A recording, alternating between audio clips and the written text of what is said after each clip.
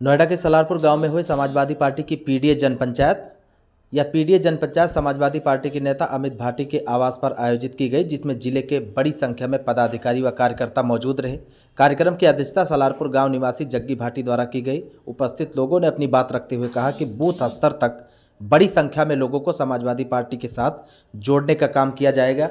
Samajwadi party के नेता अमित भाटी ने कहा कि आगामी विधानसभा चुनाव 2027 के लिए मजबूत तरीके से पार्टी जिले में लोगों को जोड़ने का काम करेगी। उन्होंने कहा कि अखिलेश यादव के नेतृत्व में 2027 में निश्चित तौर पर उत्तर प्रदेश में समाजवादी पार्टी की सरकार बनेगी।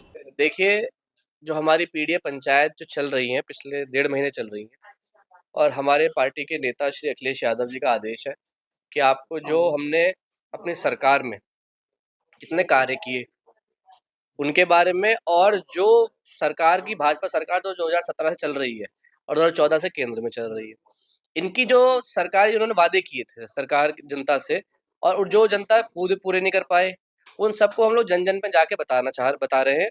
और जो लोगों की पीड़ा है, जो दुखी हैं, हर गांव में जब हम जाते हैं तो लोग ऐसे हमारे पे आगे आते हैं कि भैया हमारे तो कोई काम नहीं हो रहे। तो ये सरकार की जो विफलता चल रही है उसको हम लोग इकट्ठा कर रहे हैं और हम आला अधिकारी से मिलकर उसको सुलझाने का काम कर रहे हैं। मैं आपके माध्यम से उन सभी नेताओं से पूछना चाहता हूं कि आप मेरे साथ डिबेट कर लें कि आप 1 मिनट तक अपने काम बताइए, हम 1 मिनट तक अपने काम गिनाएंगे अगर उन्होंने काम किए हैं तो। कुंभ में आपने भी देखा होगा, हम सबने देखा कि महाकुंभ में हाँ फायदा हुआ है, सही बात बोली योगी जी ने, बहुत अच्छी बात बोली कि फायदा हुआ है। अदानी अंबानी और बड़े उद्योगपतियों को फायदा हुआ है। जो वहां पर फ्री में व्यवस्था करनी थी, वहां 80,000 रुपए का एक रात को टेंट रुक रहे हैं। जो वहां आम आदमी है वो 4-4 दिन सड़क पे गाड़ियों में बैठा है। फायदा हुआ है, उस अमीरों को फायदा हुआ, उन बड़े उद्योगपतियों को फायदा हुआ। जो चार्टर्ड प्लेन से उतरते हैं वहां एस्कॉर्ट खड़ी रहती है, वीआईपी गेट से अंदर घुसते हैं, नहा के चले जाते हैं। हाँ फायदा हुआ है, बिल्कुल हुआ है, योगी जी बिल्कुल झूठ नहीं बोल रहे। लेकिन क्या जो इन्होंने वादा किया था कि 150 करोड़ जो हम लोग 100 करोड़ आदमियों का व्यवस्था कर रहे हैं, जो भगदड़ मची उसमें कौन मरा? बताओ, एक वीआईपी मरा हो तो? सब आम जनता मरी। सारे जितने भी छोटे और तबके लोग जो आस्था के नाम पे, हमारे जो हिंदू में आस्था का जो विषय होता है उसके लिए सुबह चले जाते हैं और 3 दिन में वहां पहुंचते हैं और वहां भगदड़ का शिकार हो जाते हैं, उनकी बॉडी नहीं मिल पाती है। ये बेहद ही बेशर्मी की बात है जो हमारे साथ जो घटना हुई है इस बार कुंभ में, जो इतने लोग मर गए और सरकार कोई जवाबदेही नहीं कर रही। जो बॉडी लेने जाते हैं उनसे कहते हैं पहले आप लिख के दो कि हम सरकार का विरोध नहीं करेंगे। उनकी बॉडी दूसरे जिलों से मिलती है और उनके जो इंश्योरेंस वाले हैं वो परेशान है, वो इंश्योरेंस क्लेम नहीं मिल पा रहा क्योंकि उन पर सर्टिफिकेट ही नहीं है, डेथ सर्टिफिकेट, कि मरा कैसे है इंसान। तो ये बहुत पीड़ा की बात है। योगी जी सिर्फ मीडिया प्रचार में लगे हुए हैं। वहां 2 आदमी की फोटो दिखी पूरे कुंभ में, योगी जी और मोदी जी की फोटो लगा रखी है, प्रचार में सारा पैसा बहा दिया है। ये कुंभ जाम जनता के लिए नहीं था, ये वीआईपी कुंभ था। वीआईपी आता था, बताओ एक एक आदमी भगदड़ में मरा हो वीआईपी। तो ये सब झूठ फैलाने का काम कर रहे हैं, हिंदू मुस्लिम के नाम पे देश को बांटने का काम कर रहे हैं।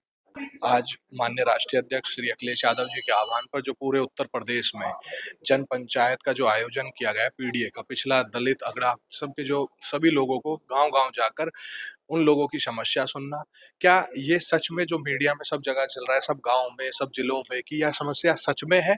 तो उसी को लिए माननीय राष्ट्रीय अध्यक्ष जी ने एक आह्वान किया है कि आप गाँव-गाँव जाकर जन पंचायत करें। विकास पेपरों में हुआ है, ऑन द ग्राउंड कोई विकास नहीं हुआ है। आप गाँव चले जाइए, आप खुद गाँव में देख लीजिए, गाँव की ना कोई सड़कें बनी है, ना कोई पानी की निकासी हुई है। गाँव का जन-जन लोग परेशान हैं। सिर्फ़ हिंदू-मुस्लिम के नाम पर लड़ाने का काम किया गया है। जहाँ भी हिंदू-मुस्लिम की लड़ाई आ जाती है, वहाँ विकास की बात नहीं होती, सिर्फ़ हिंदू-मुस्लिम की ये बात करते हैं। गौतम बुद्ध नगर को एयरपोर्ट दिया गया, हाँ, ये बड़ी खुशी की बात है, गौतम बुद्ध नगर जेवर को एयरपोर्ट दिया गया। मैं तो ये कहना चाहता हूँ कि आपने जेवर एयरपोर्ट दिया गौतम बुद्ध नगर को, उसमें जो जो गांव विस्थापन हुए, क्या उनको सही नीति का मुआवजा मिल पाया? क्या इस एयरपोर्ट में जिन लोगों की जमीनें गई, जिन लोगों के घर भी इसमें गांव के गांव विस्थापन किया गया, क्या उन लोगों को वहां पे नौकरी देने का काम करेगी सरकार? ये बताएं। में जो ये इतनी बड़ी बड़ी घटनाएं हुई, उनका ये ब्यौरा दें। जितनी मौत हुई उनका आंकड़ा बताएं। नहीं बता पा रहे हैं। सिर्फ हिंदू मुस्लिम का एक इन्होंने जो ढोंग, एक चोला जो पहन रखा है, उसी पे चुनाव करने का काम करते हैं, उसी को लोगों को बताने का काम करते हैं। लोग अगर विकास की बात करें तो सिर्फ ये हिंदू मुस्लिम की बात करते हैं।